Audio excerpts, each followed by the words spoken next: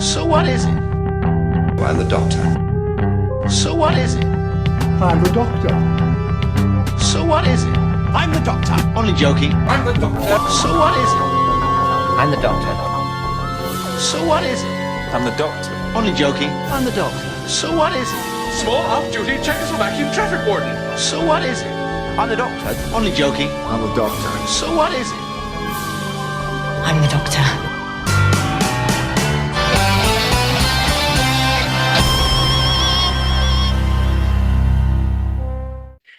All right, dudes, it's time for another episode of It's Time to Rewind. I'm known as Bubbawheat, not the Bubbawheat, not first name Bubba, last name Wheat, just Bubbawheat. This season is Red Who, where I'm covering British sci-fi like Red Dwarf and Doctor Who, and joining me 3 million years in the future via the TARDIS is my guest, Susan Hill. How are you doing today?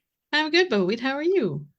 I am doing pretty good. I feel like I think a lot of people would consider this to be one of the best, if not the best, episodes of Red Dwarf, which, speaking of the episode, we are going to be talking about White Hole, which was, I don't have my notes right on this. What is it? So White Hole was the fourth episode of the fourth series of Red Dwarf. It was originally released on March 7th, 1991. And yeah, it's definitely one of my favorites. We've got Hattie Hayridge Holly, and we got Taki Toaster, which I had already forgotten that this episode starts with the resurrection of Taki Toaster. But before we jump into the episode itself, I would like to know, like, how did you discover Red Dwarf? What's your history with the show? Well, I was born in Scotland, even though you can't tell from my accent. So my dad was really into, Doctor Who and that kind of thing. And we first had Red Dwarf on beta. That's how long I have loved Red Dwarf. First had it on beta, then VHS, and then DVDs came along, and now streaming. It's always been a part of my life. I remember the original versions before they went back and touched a lot of them up with newer, quote unquote, better CGI. I'm one of those people who actually really enjoys the first few seasons. My brother and I had this discussion recently when I told him I was going to be on this podcast discussing this particular episode. And he's like, well, it's better than seasons 1 and 2. And I'm like, I actually kind of like seasons 1 and 2. But season 4 probably is the most solid season of Red Dwarf. It has a lot of episodes that I really enjoy in it. Dimension Jump is classic. White Hole, DNA, when you get to actually see Robert Llewellyn in real life. It's just a great season of Red Dwarf. It's firing on all cylinders at this point. Yeah, I think I might have talked about it on the last episode, but I was really surprised at how soon they get into Crichton without the makeup. Yeah. and in his second series, and that would be his 7th episode or 8th episode if you count his his early appearance. But it only took him 8 episodes to have one without the makeup, and then all the other ones, the only other kind of revenge reprise that he gets is in one of the more recent episodes where everybody has to suffer wearing the makeup. Yeah, instead. that one episode. I think that's the only reason they made it, was so that everyone else would have to get into the square head. Yes. He appears as himself twice in this series, because he appears as a character, not Crichton, but as another character in Dimension Jump as well. He's Ace River's boss, yeah. With the combed up eyebrows. Yeah, that's a lot of fun too. And so let's go ahead and jump into the episode. And this is really an interesting way to start it, because it starts out glitchy, and we don't know what's going on, and we have the text popping up on screen. And it's not until the third line where we get machine ident Taki Toaster, where we kind of get a hint of kind of what's going on. And I like, and we get the audience laugh at the next one. The manufacturer Taiwan, Crapola Inc. Crapola Inc. Yeah. And the Back when everything was made in Taiwan, not in China. Mhm. And we also have the recommended retail price of $19.99, and we have the pound symbol and the dollar sign, which I Yep. think is interesting. Dollar pounds. Yeah. I think dollar pounds might actually get mentioned elsewhere in the series. Or maybe I'm just making that up in my head.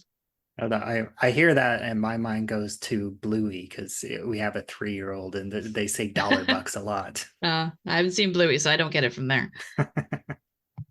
Yeah, it's Australian, but whenever they do play money, they usually refer to it as $bucks. Yeah, or dollary dues is what we usually call them. Yeah, they do that sometimes as well. And we get this Crichton repairing talkie toaster, which outside of the main crew, I'm one of those where I love talkie toaster. I love anytime he pops up. You're a talkie toaster apologist. Yeah, because I feel like the fan base, he's kind of a love it or hate it type of character. It's like Celine Dion. There's no middle ground. You're either annoyed or absolutely in love. So which side of the coin do you fall on? I find it entertaining. I find it funny. Even, no matter how many times I see it, the payoff on the jokes on this one, I think are very funny. Given the infinite of the universe, like, would you like a toasted tea cake or whatever it is he says? Yeah, would you like a crumpet? Yeah. It's like if you didn't know how many different types of pastries that exist, just watch this episode and they run through the entire gamut. Oh yeah, I mean, I think at some point I knew the list by heart. It's like, we don't like muffins around here. We want no muffins, no toast, no tea cakes, no buns, baps, baguettes, or bagels, no croissants, no crumpets, no pancakes, no potato cakes, and hot cross buns, and definitely no smegin flapjacks. So you're a waffle man. Yeah, it's just so much fun. And I didn't double check, but I believe, if I remember correctly, I believe that the voice of the talkie toaster here was the original Rimmer. The original Crichton. So the talkie toaster in the seasons 1 and 2 was played by someone else. Here it's played by David Ross, who was the first Crichton before he went off on his space strike and had an accident and had to be rebuilt by Lister. So that's why he looked this different. So he's voiced here by David Ross, and again later, I think in season 12 or something like that, he makes a return. Yeah, that's one of those. I last fall I went through the entire series, and including the newer series, which those were new to me at the time. And I'm one of those. I enjoyed the newer series, and I liked all the fan service, because I think the fan service moments were some of my favorite parts, like the return of Talkie Toaster and the return of Holly and the last regular episode before the Promised Land. Fan service again is one of those things that you either love or hate. Mm-hmm. Split many a fandom. Yeah, but I didn't go back and check, but I believe that this is a slightly upgraded Talkie Toaster, and I don't remember if his handle moved whenever he talked in his first appearance, or if it was just the lights. But here we get the blinking, the flashing lights on the front, and we have the moving handle as he talks, which I think gives him a bit more personality. Yeah. Well, I mean, he has had his intelligence increased, right? Because he's the first guinea pig before they do it on Holly. So maybe that's got something to do with it. Well, actually, I was thinking about that, and I thought, like, I got the impression that he hadn't actually upgraded his intelligence yet. Like, he was reviving the toaster with the intention of doing that next, and then I kind of felt like they skipped that part, or they did that part off screen. I didn't. Well, the dialogue says, by rerouting his circuitry and channeling all his runtime through a single CPU, I've managed to restore his intelligence at the cost of reducing his operational lifespan. So it sounds like a fait accompli, like he's actually done it. Uh, So if Yeah, it works with him, whenever it I could work watched with it, Holly. Yeah. yeah, whenever I was watching, I got the impression that that was like the plan, like that's what he was about to do. Right. Because there's no real reason given if they have done it with the toaster, which I assume whether they've done it now or they're going to do it between now and when they do it with Holly, why it works with the toaster and why it doesn't work with Holly, because Holly says there's some kind of miscalculation, but we'll get to that later. Yeah. And the one kind of downside that I think about this, and it's been a year since I watched all the episodes. I'm only kind of cherry picking the ones that I'm covering on this season this time around. So I don't remember as well. Like I know that Hattie Hayridge was definitely a bit more of an airhead. It kind of felt like they dumbed down Holly a little bit, but I feel like they dumbed her down a lot just for this episode. Yeah, well, I mean, she's literally counting by knocking her head against the screen. It's like a horse like pawing the ground to count. It's Yeah. like, yeah, like Holly has never in any iteration has never been the smartest cookie, but this is a new low for Holly for sure. Yeah, and Norman Lovett, I always got the impression, not that he was dumb, but he was more of a prankster. Like he wasn't stupid, he was just messing with the crew because he was bored. Like Yeah. that was all the impression that I get, but especially the Holly in this episode, they make it sound like she's not just senile, but she's gone stupid. Yeah. Well, at some point her IQ is 68. Which, so yeah. Yeah, and I do kind of love that moment whenever we get the screen display and we have Hattie coming on screen With her for eyes just crossed. a moment with her eyes crossed. Yeah. Maybe not politically correct, but quite funny. Mm-hmm.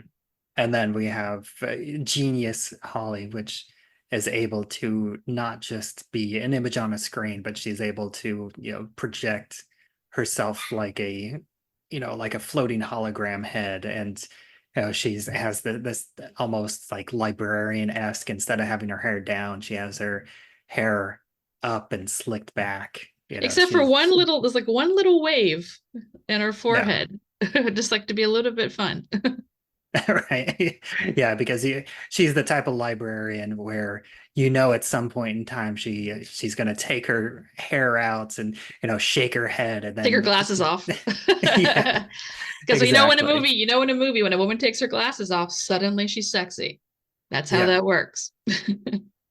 But it's great, and I also kind of missed it a little bit. We do get a little bit of the Scudders, which I do kind of miss the Scudders, but they're mostly just in the background. They're helping out with fixing up Holly and doing that. They pretty much just get phased out after the first couple of seasons. Yeah, which I am. It's kind of sad because I miss the Scudders, but I get that they're just they're a pain to work with. That's more of a production decision, rather than a writing decision. And I guess you can't really do too much with them, but in the first few series they are fun. And I'm with you. I actually do quite enjoy the first couple series myself. Yeah, I think there's a lot of good in them. It's really goes to the original concept of the show. Like they do a good job of dealing with the isolation of being the last man in existence. Yeah, with his little group of merry friends. Yeah. I'm just wondering, when they talk about the Scudders, wondering if they inspired the two robots in Iron Man. His two kind of like little helpers that he has. Yeah, I'm pretty sure one of them he just refers to as dummy all the time. Yeah. I swear I'm gonna donate you to a college. Yeah, he was definitely. Maybe it's kind of just a me thing, because it's been a long time since I've seen the first Iron Man, but I did like dummy was one of my favorite parts of that movie as well. Yep. I wouldn't be surprised if Jon Favreau was a Red Dwarf fan. Yeah, I can definitely see that. And I am curious. It is kind of funny that we get new Holly, we get super intelligent Holly with the 12,000 IQ, and we just get the display on the screen with life expectancy 345. Yeah. And I was 345 years. No, I got the decimal point wrong, which I think that, to me, that's almost like, showing us as the audience that even though she has an IQ of 12,000, she's still making mistakes. It Basic hasn't math mistakes. yeah, it hasn't completely gotten rid of her senility. And I think that you could read that as foreshadowing for, the climax of the episode, that, she got the decimal point wrong in this calculation. So, even though she has the IQ of 12,000, she is still has that bit of senility, that she's intelligent, but she's not smart. Yeah. Well, there's always that thing about common sense versus intelligence. Like if you have a nice mix of the two and she's a computer, she might not. I mean, I know a lot of people who are very intelligent who can't do basic math. That's why she, does a felt ripper at the end. Well, I mean, technically, we don't know if her shot would have actually worked or not. Yeah. Or if Lister just wanted to do something dramatic. Yeah. But we also get, these two moments of like miscommunication, because, Holly shuts herself off to conserve her 3.45 minutes, which I think that's another, most people don't use decimal points when they're referring to time. Well, it's something like, because I'm a big Star Wars and Star Trek fan, but especially in Star Trek, they'll be like, even Spock will be like 6.92 minutes. And I'm like, what does that mean? Like, how, what?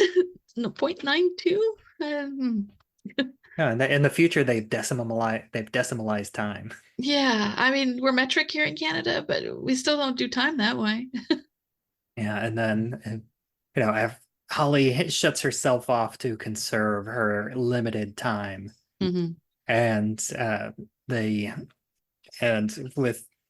when the computer goes, so goes the rest of the ship.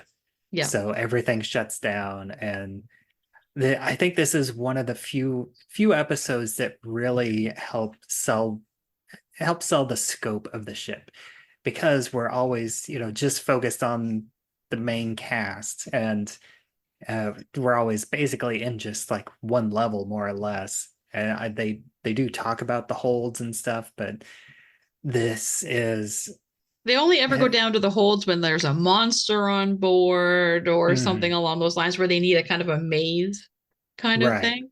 Otherwise, they tend to stick to the living level, wherever that happens to be. Yeah, and it is kind of it's easy to forget the massive size of the Red Dwarf, the ship, because it is like the size of a small city. Well, the first couple of seasons usually would tell you how big the ship was by having the opening credits, which would zoom all the way in from the large ship to the tiny, tiny, tiny little person painting Red Dwarf on the side. But I think they eliminated that in the later seasons just to have a faster credit, so they could put episode clips into the credit sequence.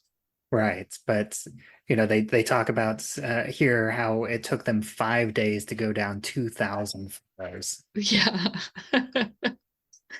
Which is a lot of floors. Yeah. Like that, to put it in comparison, like do some quick looking up, but the Empire State Building is like what, 60 floors, 70? 102 floors. On the Empire State Building? Okay, I thought it wasn't quite as tall as that. But I was just thinking, like, in terms of ships, I'm trying to think of what the Enterprise was. I think like the TNG Enterprise was like 60 decks, maybe. I can't remember. Yeah, I think there's also, it's been a while since I've seen it, but I have seen like some, like an infographic that shows the size comparison of famous starships. Right. And I do think Red Dwarf is kind of on the larger scale of those. It would have to be. it's not the largest, but it is up there as one of the larger ones. And I think people forgets like I think maybe a good comparison is like Babylon 5. I think I want to say that though Babylon 5 and Red Dwarf are similar in size, because I know Babylon 5 is 5 miles long. Wow. I've never actually seen Babylon 5. I didn't realize the ship was that big. Yeah, and kind of like Red Dwarf, it is like a city in space, like a small city in space. Right. And I do think because like I have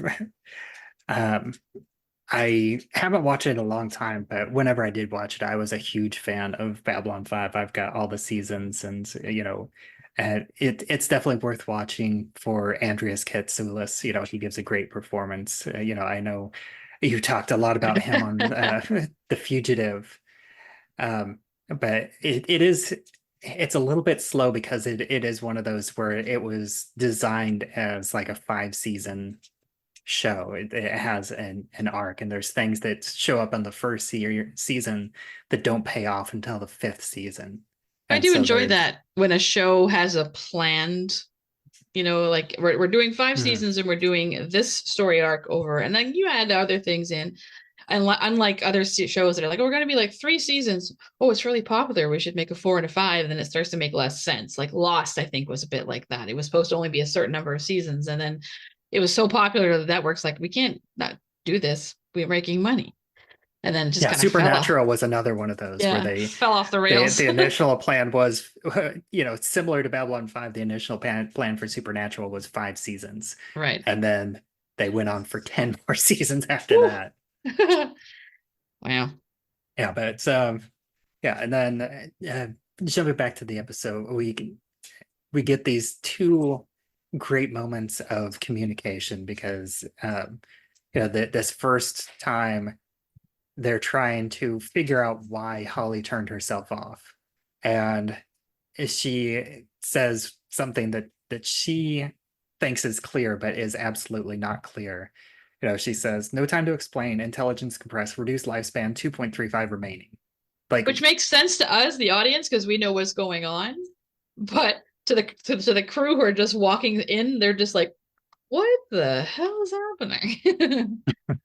Yeah, and we also get her insulting Rimmer. You are a total smeghead, aren't you, Rimmer?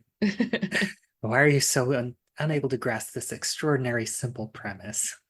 And then they finally get it, and it is also kind of funny because instead of Rimmer just saying off, they have to struggle to manually shut her back off. Yeah, because they just manually forced her to be on.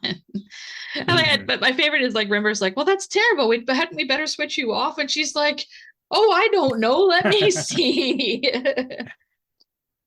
Yeah, and then this episode has so many great lines too. And then Crichton has the line, "It leaves us galloping up diarrhea drive without a saddle." I do wish I could have Holly going off as like a text alert sound. Yeah, and we also get this brief conversation about how which I think it's interesting, and I understand that it's for comedy reasons and story reasons rather than actual reasons, but if you do kind of fit it into the story, like there is some sentimentality, I guess, because Holly decides to leave Rimmer turned on, where if she was actually conserving the most power, she would have shut Rimmer off, because he's a big drain on the emergency power supply. Yeah, so much so that he cuts their possible survival from 6 months to 2. Yeah, and we do get like a bit of and before that, we get another great line from the cat, where he says, this isn't anything that I wouldn't do in this situation. And Rimmer says, what, you would sacrifice yourself for the good of the crew? And Cat says, no, I would sacrifice your life for the good of The the good crew. of the crew. That's 100% on brand for Cat. Mhm. And of course, we get another like potentially obscure reference.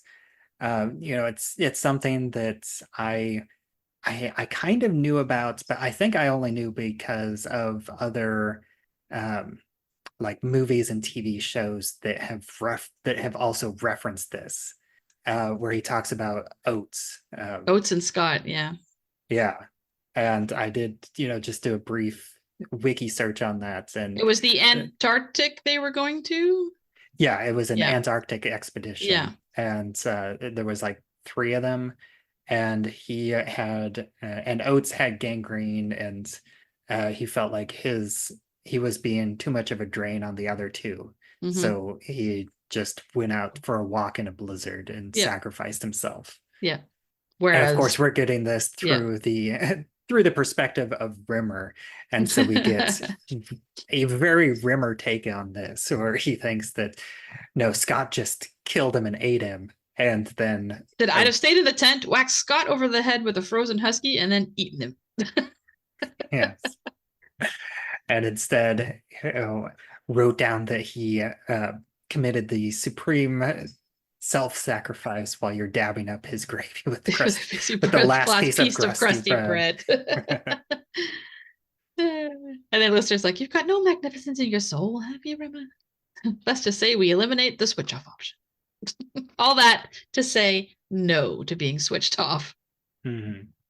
And then we get like I was saying, we get kind of the bit of a time jump, because we get the frying an egg with a hair dryer, and powered by the most 80s bicycle ever. Yeah. It's like the most 80s exercise bike. It's like white enamel paint with like a green stripe on the side. Is the most 80s thing ever. Yeah, and we do get this almost prescient idea of the future, where everything is electric. Even the can openers are electric. So even to open a can of beans, they have to generate their own electricity. Or spend hours sawing off the top. Yeah.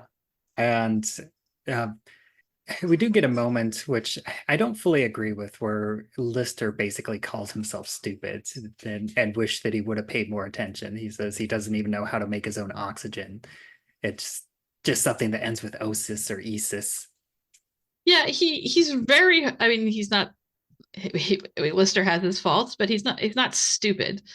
But he is essentially saying what is true of all of us. It reminds me of, there's an episode of The West Wing where I can't remember why, but they're talking about everyone going into the bunker and then like recreate like the human race and all that. And the women start making a list of like handsome men to repopulate the earth. And Will Bailey comes up and says, like, you might want to have some thinkers in there as well, because, if someone has to reinvent the telephone, you're going to need someone, who's smart in the bunker with you. And the 2 of them walk away from the women after, and he's like, do you know how to invent the telephone? And he's like, no. It's one of those things where we just rely on technology, but we have no idea how most of it works. Mm-hmm. And when the power goes out, and it's like, well, I guess I'm going to have to read a book. It's like when we know how things work on a macro level, but not on a micro level. Yeah. And if you're reduced to the basics, you have to know the micro level. Yeah. I could not reinvent the phone. And I do think that Lister is a character that is actually smarter than he looks on the macro level, because he does so many things that require a lot of intelligence, and he just kind of does it without thought and without bravado, without any arrogance behind it. Yeah, he has a kind heart. Lister is heart. He's intelligence with a big dose of heart, I think. Like if he had a card that had all his like powers on it, heart and kindness would be quite high. I think intelligence would be as well, because he's certainly high on the street smarts, I think, because he had like his rough upbringing. Yeah. There's also other moments, because Lister is the one that repaired he's a technician. Well, Yeah. he was a technician on the ship. That was his job. He was the lowest third technician, but he was still a technician. Yeah, from working on the vending machines. Yeah. Today's special is chopped a la creme. Enjoy your meal. Yeah, and then we get this another just fun little scene and a very 80s, early 90s special effects. Oh, you talking about the with time dilation?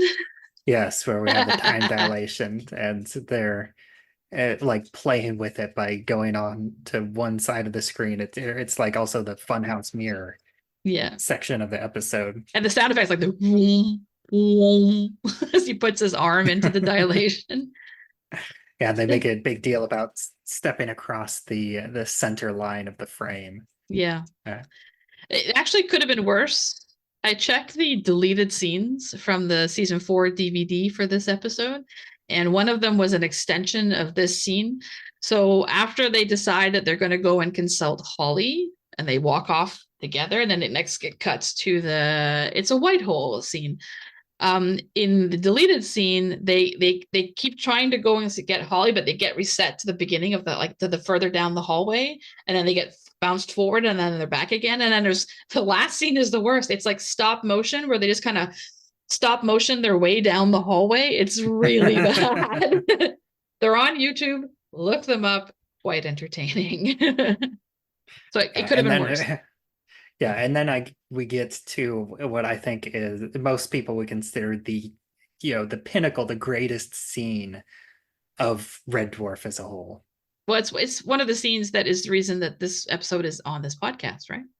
Yes, this is like basically the time loop scene of the episode, but it's also just almost it's subjectively one of the best scenes. I think it's one of the most well-known scenes. I use the cat's "What is it" in the opening music. Daily life. I use it. So what is it? And then someone punch him. I use that with my brother a lot. But it's great, and I do think that it suffers just a little bit from repeated viewings. Like the dialogue is perfect, absolutely perfect. The repetition of the "what is it," and I'm guessing it's a white hole. A white hole. Yes, no one has ever seen one before. I haven't seen one. No one has. That thing is spewing time back into the universe. So I know the dialogue pretty much off by heart. So when I was watching it for this podcast, I paid close attention to the movements and the blocking of the scene, because you can tell the cast are doing very deliberate, very obvious movements. Like when Rimmer says, I can't remember what he says, but he leans in to look at the computer. It's like a white hole. A white hole. And he leans over in a very specific manner. Yeah. And Lister, that thing is spewing. He puts his hat on his head. Yeah, puts his hat on his head, and he points in a very specific way. And like they've designed it so that it's easily repeatable, right? Yeah, the same thing happens in the Doctor Who episode that I covered earlier this season with Tom Baker, Meglos.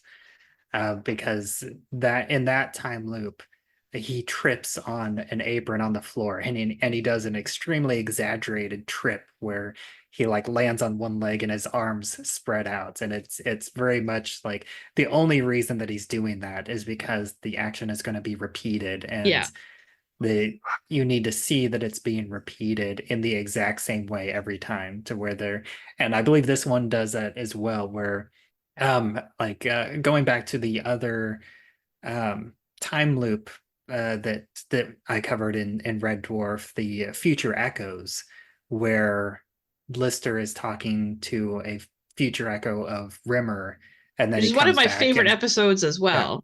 Yeah. And then he comes back and talks to the real Rimmer. That one was filmed twice, and Chris Berry gave 2 separate performances that were as close to the exact same as possible. And Chris Berry had to do that himself.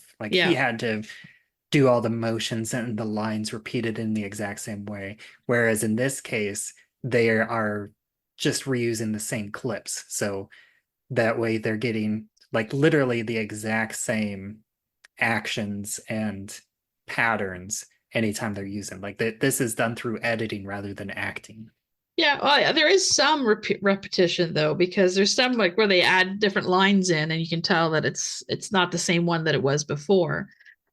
There is a deleted scene for this section as well, where when they decide to consult Holly finally after many tries, Lister says, "Let's go," and hops off the counter that he's sitting on. And then they're trying to do like a rewind, fast forward, rewind, fast forward, rewind, fast forward. So Lister like hops down, hops himself back up, says, "Let's go," hops down, hops himself back up, says, "Let's go," hops down. He's like, but like manually, like they don't reverse the film or anything like that. Everyone just like goes back and forth, and it looks silly. Yeah, and I think the other thing that sells it, although I was kind of looking for it and I saw a little bit of it, but at one point they're all in completely different positions whenever they jump to the end of the conversation. Yeah. And then they jump back to the middle. I think we found the middle of this conversation. Yes. And that's great. And then we have the second part of the miscommunication between Rimmer and Holly. Well, only this the time positions are reversed. Yeah. Yeah. So it's white hole spewing time, engines down, limited air supply, or air supply low, advice. Yeah. And then he just keeps, and it's funny too, because he doesn't, in this case, he doesn't like explain it manually. He just says the exact same thing slower. But slower. Like, white. Yes. Hole. Right. Spewing. Spewing. Yes. Time. With you. Engines dead. Oh, air supply low. Ah. Advise, please. Right. Here's your tiny little cassette. Yeah. And it's great too, because we don't get the explanation. We just get this computer slug, as they call it. Yeah. And that's and then we get the last, we jump back to so what is it? And I'm guessing it's a white hole. And so we get that, and we get the image of the white hole. And Yeah. it is also kind of crazy. And this happens with so many episodes of Red Dwarf, where the actual white hole is not referenced until 18 minutes into a 27-minute episode. Yeah. Because the setup is immense. Essentially, it's two separate stories. It's not even an A and a B story. It's sort of like there's the A story, and then there's the B story. Because usually they would intertwine, but not so much in this one. It's like, we got the A story. Okay, she's smart again, turned herself off. Great. Oh, now we're in danger. Yeah, and then we also get these, extremely great 90s CGI graphics of the display for the suns and the planets. It's like twin something suns. You would see in a kid's show or something like that. Yeah, like on Square One, or what's Bill Nye the Science Guy. Yeah. Or Beekman's World. All that's missing is like little happy faces on the planets, I think. Yeah, but it's a 2-planet or 2-sun, 3-planet system. All I could think of during the entirety of the scene where, we're about to get a nuclear explosion that, blows up a sun and affects all these planets is, gee, I hope nothing lives on these planets that you're playing pool with. Yeah, and we just get this great moment. And again, this is another moment that really belies Lister's intelligence, because this isn't exactly the same as just regular pool, because with pool you're dealing with 2 dimensions. You have the spin and velocity and the different angles, but especially the way that we see him eventually do the trick shot, it's not just about the angles and spin and everything, but he also takes into consideration the gravitational spin of the planets, because the planets in both cases, they go around the sun, and so he had to have taken that into account to figure out the trick shot. Yeah, I mean, it's not just a question of angles, right? I also like the balls he's trying to hit are moving. That's not the case in pool. Right. you've got static objects and you are using one object to affect those other objects. But this one, like everything's in motion. So he's got to take all of that into consideration, not in 2 dimensions, but in 3, and then make the appropriate shot. I mean, it might help that he's pished. Yeah, but he is able to, figure out pool in 4-dimensional, the trigonometry of 4-dimensional space. You gimboid. Oh, we're dead. So dead. And It did force me to look up Cinzano Bianco, which in all my Yeah. years of watching Red Dwarf, I assumed was a famous pool player. Turns out it's Vermouth. well, I didn't think it was a famous pool player because he said that it's once I get going, you can't get rid of me. That's why they called me Cinzano Bianco Well, Lister. the description of Cinzano Vermouth Bianco on their own website is a light yellow gem with a fragrant, full-bodied, and delicate perfume that tickles the senses and delights the palate. Cinzano Bianco is sweet and versatile with a spicy and floral taste that can spice up any drink. I don't see a lot of Lister in there, but okay. Yeah, I mean, I'm not a drinker, and I'm not someone like I don't have the vocabulary of regular drinkers, so I don't understand what it means to refer to a drink as something that you can't get rid of. Yeah. If he had said like it's because he's smooth or, he's because he's, Oh, actually, I think I know what he means. I think maybe like I think maybe a more Americanized or a more like 90s Americanized version would be like Zima. It's the alcohol that you have that you can't get rid of because nobody drinks it. Oh, I see. It's the one that's always on the shelf. Right. So I think that he is basically making fun of Cinzano Bianco as a brand, Right. saying that nobody ever drinks it. Like the That's why you peach can't get rid schnapps. of it. Yeah. That makes sense now. Yeah. And then we have this this interesting this pool, this mechanical arm pool cue on that on he aims the with. display. Yeah, on the display setup where they have the the display with the twin suns, and he's lining up like a cross between a pool cue and a rifle because it has a little sight on it too. Yeah. And a trigger. Yeah. And he's got a drink beforehand. And he's like, I'm not gonna mish. Yeah. Just said mish. I'm not pished. But then we do finally get, the pool shot, and right before that, we get a flashback. We get a with the film black and noir, white. a film noir version of the pool shot in black and white of Lister at his pool table, taking a drag of his cigarette and then putting his cigarette in his ear. Yeah, which it seems like canonically that's something that's very Lister as a person. Yeah. But it's something that Lister as a person has grown out of, because it was something that he did in the first couple seasons once in a while. Mm-hmm. And then he doesn't do it anymore by this point in the show. Like, I think a lot of that has to do probably with bans on smoking on TV or limitations of smoking on TV as well. Because the thing about Red Dwarf is there's a lot of time between seasons. So when I was looking it up on IMDb earlier today, I was like, only 75 episodes? Like, that's not a lot for such an iconic show. And I'm like, oh yeah, but it has been taking place over like 35 years.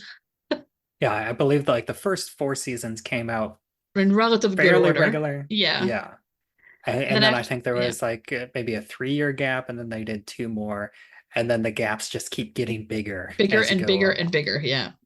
Because this season was 91, season 5 was 92, season 6, 93, and then season 7 is 97, season 8, 99, then 99 to 2009 between season 8 and 9. So yeah, the gaps are just getting progressively larger.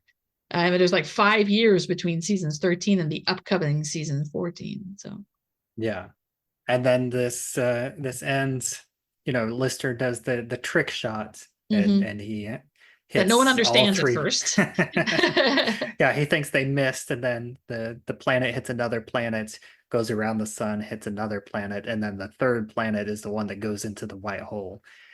And then we get, another great moment, which is something that is almost like retconned in a way, because Crichton goes on this speech because Holly pops up and she's back to, Like, where are quote we? unquote normal Holly, with her 6,000 IQ and computer senility.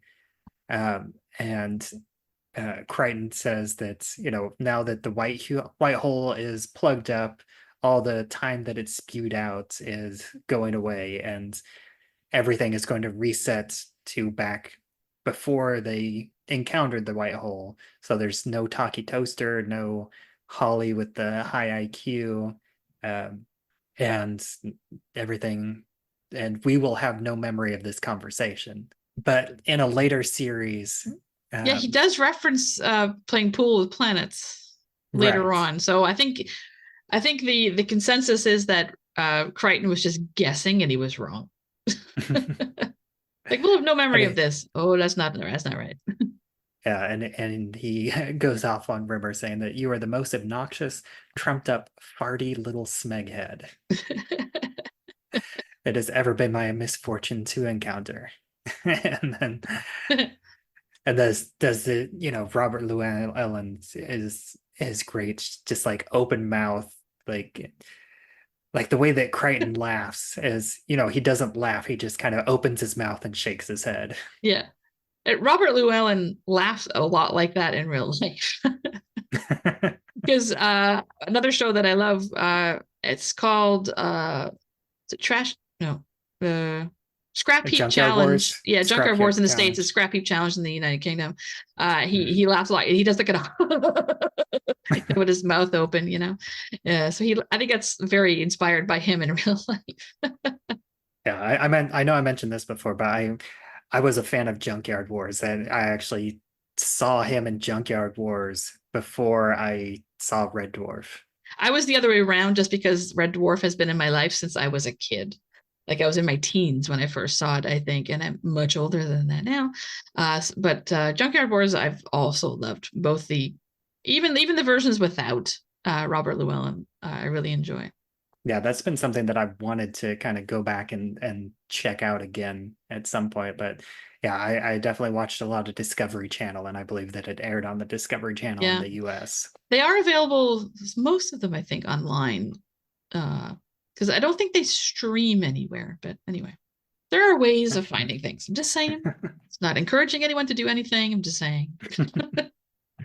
But then that wraps up this episode.